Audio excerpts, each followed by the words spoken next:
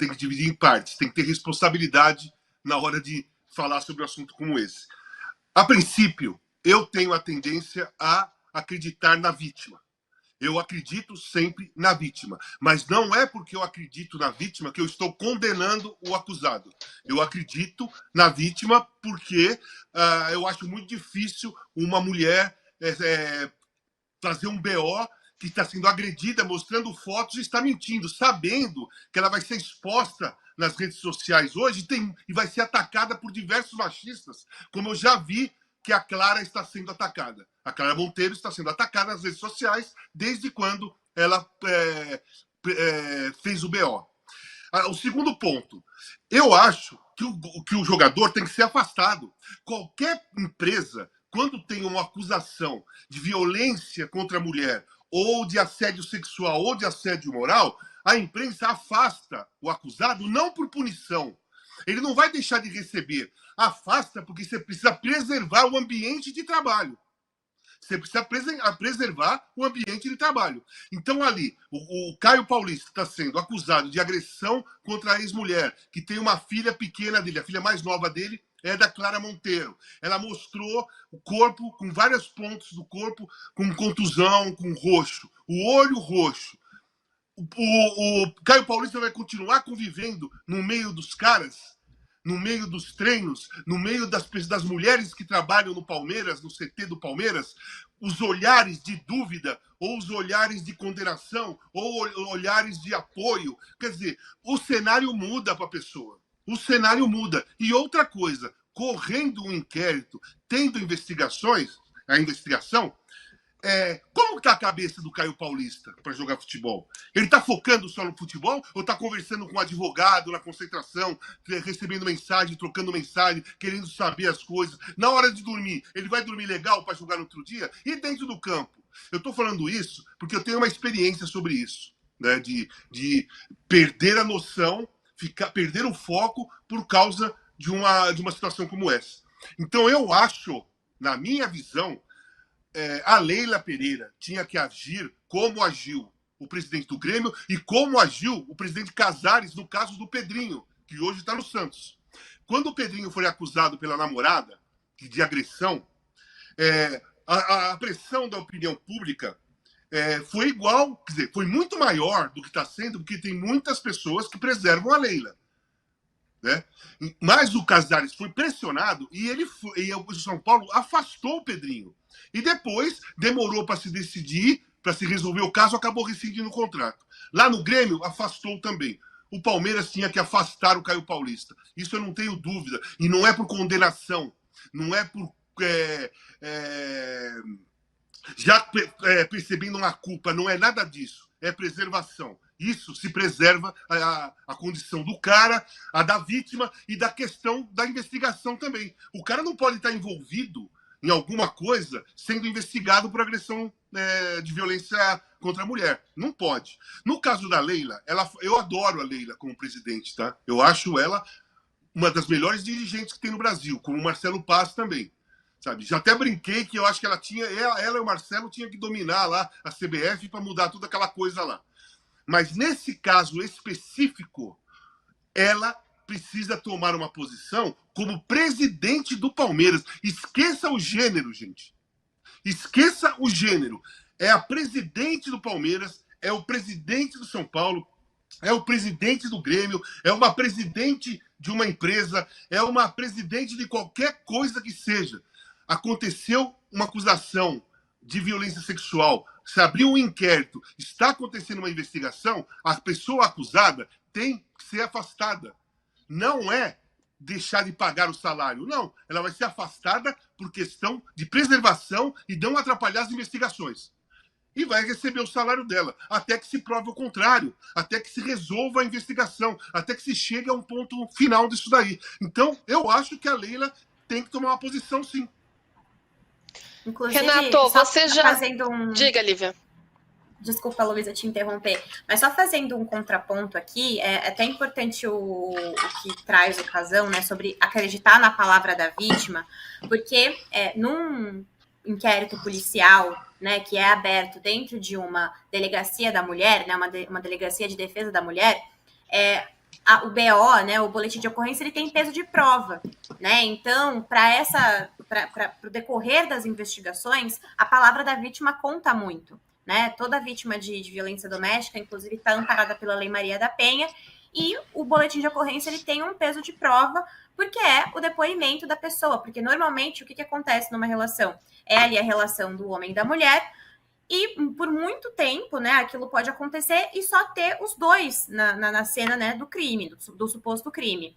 Então é por isso que conta muito. E um ponto também interessante da gente destacar é que a mãe da Ana Clara Monteiro está aqui em São Paulo, a acompanhou, né, e está incentivando que a filha siga com tudo isso, porque ela também foi vítima, ela alega ter sido vítima de violência doméstica durante o relacionamento de 10 anos que ela teve, inclusive, né, passou por isso, não denunciou, e hoje tem os seus traumas psicológicos causados por isso. Então, ela está também apoiando a filha a seguir com essa denúncia. Isso que a Lívia e o Casão estão trazendo é bem importante, porque geralmente essa situação acontece num ambiente íntimo, privado, e não há como colher provas, tampouco testemunhas, né? Por isso a palavra da vítima ela é muito, muito importante. Ô Renato, você já soltou uma crítica aí à presidente Leila, né? Como você vê isso? E lembrando também que o presidente do Grêmio, Alberto Guerra, ele afastou o auxiliar do Grêmio, que está envolvido nessa suposta agressão, e ainda se manifestou publicamente sobre isso em evento do Grêmio ontem. Pois é, Luísa, eu acho que o Casagrande foi muito feliz quando ele falou que o presidente tem a obrigação de se pronunciar independentemente do gênero. É exatamente isso que eu acho. Não importa que a Leila é mulher, não importa que o presidente do Grêmio é homem. O que importa é que o presidente do clube, diante de um caso de acusação tão grave como esse, ele tem que dar o tom. Não é o Alexandre Moraes no Palmeiras, não é o supervisor do Grêmio. Quem tem que dizer o seguinte, olha, no meu clube eu não quero ter pessoas com esse tipo de comportamento, então eu quero que ele se afaste até que ele prove que ele é inocente. Se ele não provar que é inocente, ele está fora de vez. O mesmo a Leila devia ter feito em relação ao Caio Paulista. O problema é que a Leila, sempre que a coisa envolve algo que possa desagradar ao Abel, ela tem falhado. Ela falhou quando o Abel fez aquele gesto grosseiro, baixo, canalha dentro de campo, disse que a obscenidade maior tinha sido a arbitragem, ou seja, passou pano para o Abel. Ela falhou quando o Abel foi extremamente grosseiro e machista com uma repórter que lhe fez uma pergunta completamente normal, e ela está falhando de novo nesse caso do Caio Paulista. Não é uma nota oficial que vai colocar panos em cima disso. E foi o máximo que o Palmeiras fez, foi soltar uma nota oficial sem afastar o Caio Paulista. Então, me desculpe a turma que acha que a Leila não pode ser cobrada por nada, eu acho que ela pode ser cobrada sim, como qualquer outro dirigente. Como o dirigente do presidente do Grêmio, deveria ser cobrado se não tivesse esse tipo de atitude que ele teve. Então, de fato, eu acho que a Leila, nesses 3 últimos episódios que eu recitei, que eu lembrei, e que são todos em sequência, e todos envolvem de uma forma ou de outra o Abel, 2 diretamente, e o terceiro, um jogador que o Abel não quer perder, eu acho que a Leila falhou sim. A gente vai seguir acompanhando esse caso e a gente espera, esses casos, na verdade, né, a gente espera que essas apurações, que essas investigações sejam até o fim, porque são acusações muito graves, é uma situação muito grave que, infelizmente, é uma realidade. Oi, Rosa. Então, você falou um detalhe que me chamou a atenção quando você diz que essa questão de não cobrar, o fato acabar sendo reverberado maior porque a Leila é uma presidente mulher, mas eu acho que a Leila ela acaba jogando essa responsabilidade maior de ser cobrada, porque, lembra, todo mundo... ela foi muito vangloriada, trouxe os holofotes quando ela fez aquela coletiva com a presença de todas as mulheres, foi um evento que foi... Sim, eu estava nessa coletiva, inclusive. Exatamente, eu lembro que você estava nessa coletiva, Também, e a Leila teve sempre que uma vez eu a entrevistei, ela falava disso, que ela não queria se envolver, ela não via essa relação, eu sou mulher, eu tenho que assumir uma bandeira feminista. E aos poucos ela percebeu que o próprio movimento precisava dela, como uma dirigente de um dos maiores clubes do Brasil, ela tomar uma posição. E agora é natural vir isso também, porque ela pode também aproveitar esse bonde da história e mostrar a tal da... A gente fala, vocês mulheres falam muito, a gente fala muito sobre isso, a tal da sororidade, a tal da empatia com as mulheres, né? E tomar uma decisão, não porque, como o Casão falou, não porque ela é uma mulher, mas também porque ela é uma presidente e ela precisa de tomar uma atitude forte de mostrar que ela está tendo um posicionamento para que outros casos não se repitam, para que a gente possa trazer esse discurso, de repente mostrar internamente no clube, trazer essa discussão. Eu já vi que o próprio Palmeiras, com um assistente social, com um psicólogo, também trabalha isso com os garotos da base, trabalha isso para a sociedade. É importante ela trazer também essa bandeira, porque ela é uma voz. Ela não é qualquer voz nesse processo todo, entendeu? Ela não é uma dirigente qualquer. Ela é a Leila Pereira, uma mulher dirigente de um clube. Então é natural que todos os holofotes recaiam sobre ela. Então, e o último para encerrar, tem um caso interno dentro do clube, que aí não é um jogador, é um conselheiro, mas o caso é tão grave quanto, entendeu? E houve esse afastamento, como você lembrou. Eu esperava também uma atitude dela que fosse além de uma nota oficial, além de um discurso, e as notas oficiais vão aumentando, né? Vão aumentando cada vez que acontece um fato novo, aparece uma nota oficial nova. Luísa, posso falar uma coisa? Diga, Casão. Alô? Então. Diga, tá me ouvindo? O foco em questão não são os presidentes dos clubes, nem o gênero deles. O foco em questão são as pessoas que são acusadas de violência contra a mulher ou de assédio. São essas pessoas que estão no centro da discussão. Não é a Leila por ser presidente do Palmeiras e ser mulher, não é o presidente do Grêmio por ser homem, não é a dirigente, nada disso. Essas pessoas são os líderes dos clubes que têm pessoas sendo acusadas de violência contra a mulher, de assédio sexual e tudo mais. Então, o foco, o ponto central dessa discussão são os acusados e as vítimas. Então, por isso que eu digo que a Leila precisa se posicionar independentemente do gênero, como presidente do Palmeiras, porque ela não vai ficar no foco. O foco e o ponto básico dessa discussão são os acusados e a vítima. E aí a investigação. Ninguém vai ficar falando da Leila, ninguém vai ficar falando do presidente do Grêmio, ninguém vai falando... Eu acho, né? Pelo menos eu não tô nem aí. Eu tô focado nessa questão. Eu cobro um posicionamento de um presidente. Não da Leila como mulher, nada disso. Como presidente do Palmeiras. Eu tô atento a tudo que sai sobre a investigação. Sobre as falas da mãe dela, da irmã dela, do Caio Paulista, ou de quem aparecer mais pra frente para falar. Eu tô focado nisso. Entendeu? E, claro, esperando o posicionamento dos presidentes dos clubes. É isso. Pelo menos da minha parte, eu tô vendo desse jeito. Eu não tô cobrando ela como mulher só porque ela é mulher, não. Eu não tô cobrando nada. Eu tô querendo um posicionamento da presidente do Palmeiras, como aconteceu com o presidente do Grêmio. E o foco são os acusados, a vítima e a investigação.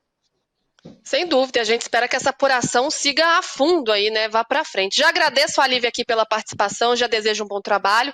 E agora, antes da gente encerrar, vamos dar uma corridinha aqui na reta final do nosso Fim de Papo. A gente vai falar sobre outra situação que tem trazido muitos problemas, que é a qualidade do ar. Tá complicado para todo mundo, veio uma chuvinha para São Paulo essa semana, foi até muito bem-vinda. E lá em Brasília a situação está ainda mais complicada. Ao longo das últimas semanas, da última semana, a gente acompanhou aí um incêndio de grandes proporções que atingiu o Parque Nacional da cidade, a poluição do ar assim, cresceu 350 vezes, enfim. Isso nos afeta de todas as formas e acaba respingando também no futebol, porque teremos lá pelo Campeonato Brasileiro neste fim de semana Vasco e Palmeiras, esse jogo que teve o mando de campo do Vasco Vasco vendido. E a gente traz o jornalista aqui para conversar com a gente do Correio Brasiliense, o Marcos Paulo Lima. Marcos Paulo, seja bem-vindo aqui ao Fim de Papo, obrigada pela sua participação. E queria que você falasse um pouquinho para a gente sobre como está a condição do ar aí em Brasília, espero que vocês estejam respirando bem, e sobre esse gramado do Mané Garrincha também para esse jogo importante do Campeonato Brasileiro. Boa noite para você. Olá, tudo bem? Obrigado pelo convite, é um prazer falar com vocês. Brasília hoje completa 150 dias sem chuva. Eu acho que talvez só perca para Belo Horizonte. Semana iniciou muito tensa aqui em Brasília, principalmente em relação a incêndios. Houve um incêndio no Parque Nacional, que é bem próximo ao Mané Garrincha, palco do jogo entre Vasco e Palmeiras, na terça-feira.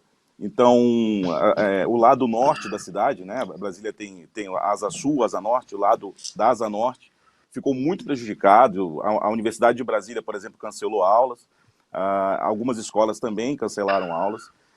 Eu conversei com o pessoal que trabalha no Mané Garrincha, eles sentiram um pouquinho da qualidade do ar prejudicada na terça-feira. Não houve fuligem, nem sinal de fuligem no estádio, nada disso. Mas na terça-feira foi meio complicado trabalhar no Mané Garrincha. Depois de terça-feira, melhorou bastante, houve um controle dos incêndios aqui em Brasília, mas eu estava conversando com o pessoal do Instituto Nacional de Meteorologia, o IMET, hoje mais cedo. A previsão é de 32 a 33 graus na hora do apito inicial do jogo, às 16 horas, e de umidade relativa do ar entre 15% e 20% no horário da partida, portanto, muito baixo. Pois é, nossa, é muito, muito triste mesmo, lamentável essa situação que a gente está vivendo. A gente espera que as coisas vão se normalizando aí com o tempo, que a gente tenha aí um jogo melhor, né, e especialmente uma condição do ar melhor para vocês. Já te agradeço, viu? Obrigada, Marcos, pela sua participação aqui no Fim de Papo. Diga. Você falou sobre o gramado é a grande novidade, né? Enquanto a condição climática é ruim, o gramado do Mané Garrincha ele foi trocado, totalmente trocado, pela primeira vez. Então, Vasco, pela primeira vez desde 2013, quando é inaugurado para a Copa das Confederações e posteriormente a Copa do Mundo. Foi totalmente trocado o gramado e Vasco e Palmeiras serão os primeiros times a usar esse novo gramado. Depois vem o jogo Corinthians e São Paulo, né, o majestoso, e mais à frente o jogo da Seleção Brasileira nesse novo gramado. E é possível termos jogo mesmo com essa situação toda envolvendo o gramado, né? Tá tudo certo para a partida. Sim, o jogo está confirmado. Até agora não tem nenhuma possibilidade de adiamento de horário ou de cancelamento do jogo. Muito bem, obrigada, viu, Marcos, pelas suas informações, bom trabalho para você aí. A gente segue aqui com o Fim de Papo. Agora sim, a reta final, vamos falar um pouquinho aí do Campeonato Brasileiro, dessa rodada, 27ª rodada que começa amanhã, e sábado teremos alguns jogos na tela para vocês.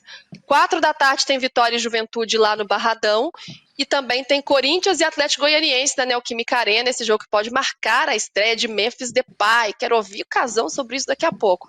6h30 no Maracanã tem Fluminense e Botafogo, e 9h tem Fortaleza e Bahia no Castelão. E no domingo, 4h, Atlético Mineiro e Bragantino na Arena MRV, e também Vasco e Palmeiras lá no Mané Garrincha, como a gente estava falando agora. Jogos das 6h30, São Paulo e Inter no Morumbi, Cuiabá e Cruzeiro na Arena Pantanal, Criciúma e Atlético no Heriberto Russi, e Grêmio e Flamengo na Arena do Grêmio. Ô Renato, temos um jogo aí, se a gente olhar aqui para este domingo, na verdade para amanhã, que é Fluminense e Botafogo.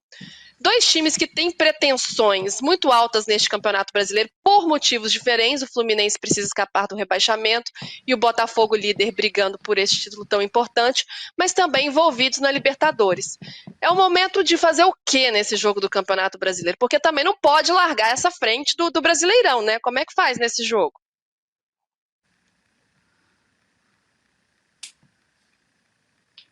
Renato, acho que você está mutado.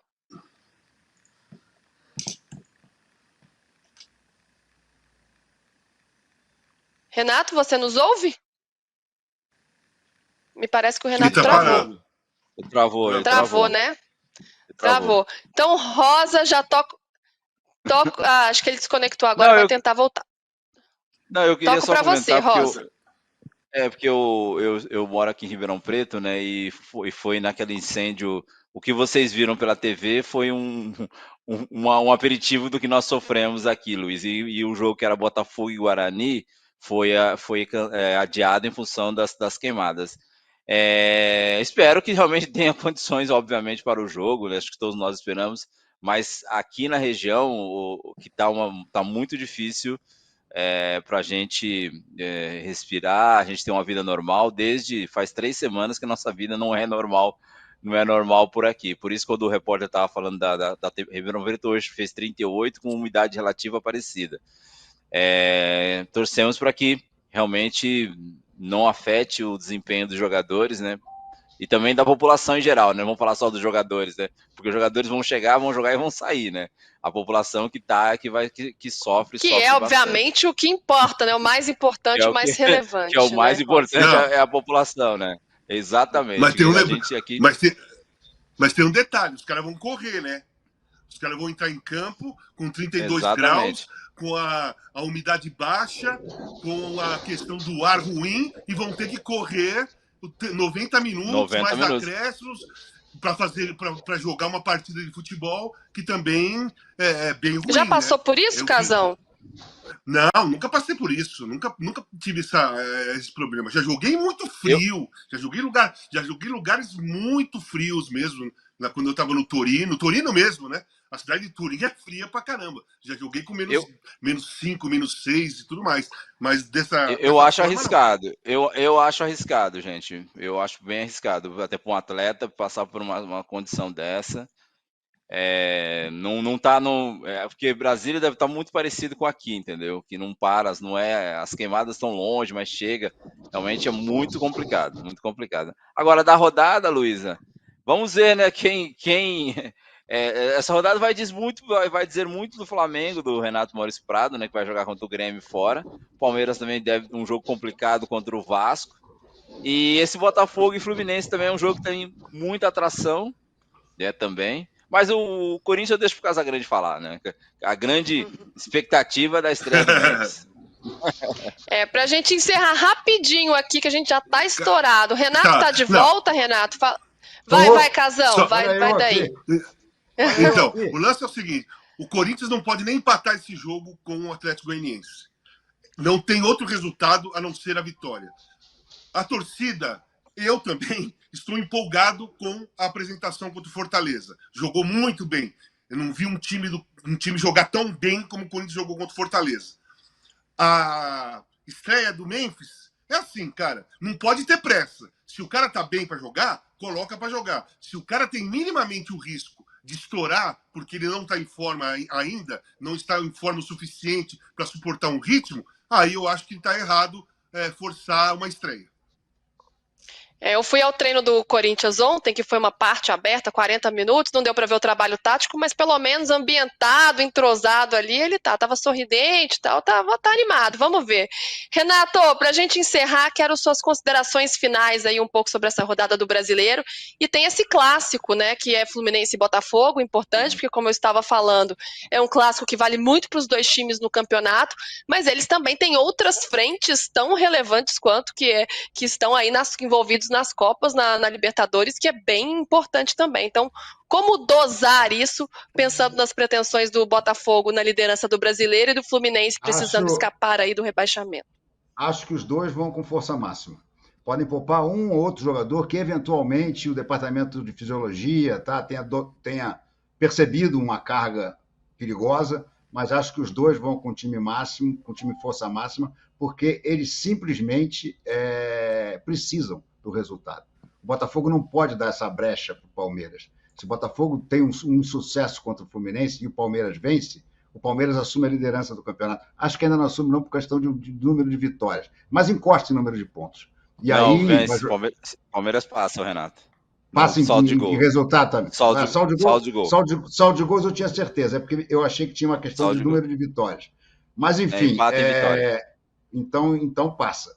Então, o Botafogo não pode pensar em outro resultado que não seja a vitória. E o Fluminense também tem que fazer ponto, porque o Fluminense é o primeiro time fora da zona do rebaixamento. Então, eu acho que eles vão ter que fazer uma jornada dupla aí para jogar nesse final de semana e jogar de novo a Libertadores. Não tem solução. Aí é tudo em cima disso aí mesmo. Tô com você, viu? Não tem como fugir, tem que ir pra cima com tudo, porque os dois são importantes. Vou dar o resultado aqui da nossa enquete, enquanto isso vocês vão dando likes aí, estamos chegando a 1.000 likes, mais de 2.000 pessoas acompanhando a gente simultaneamente, muito bem. E a nossa enquete, o que está acontecendo com o Flamengo? Muitos desfalques, 17%, né? Qual é o maior problema? O problema é o Tite, 53%, está ganhando de lavada, jogadores estão mal, 22%, e precisa colocar o Gabigol, 8%.